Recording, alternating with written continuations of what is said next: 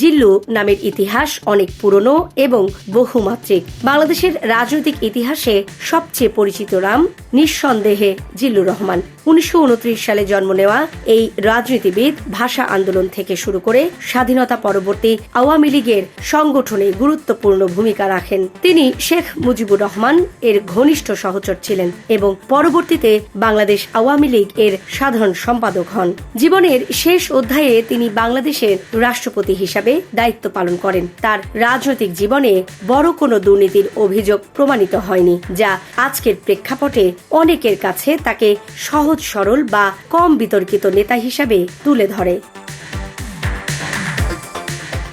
একই নামের আরেক বিশিষ্ট ব্যক্তি জিল্লুর রহমান সিদ্দিকী, যিনি ছিলেন একজন প্রখ্যাত শিক্ষাবিদ, গবেষক ও সাহিত্যিক। শিক্ষকতা থেকে শুরু করে বিশ্ববিদ্যালয় মঞ্জুরি কমিশন, এমনকি জাহাঙ্গীরনগর বিশ্ববিদ্যালয়ের উপাচার্য হিসাবেও দায়িত্ব পালন করেছেন। তার অবদান একাডেমিক জগতে আজও গুরুত্বপূর্ণ হিসাবে বিবেচিত।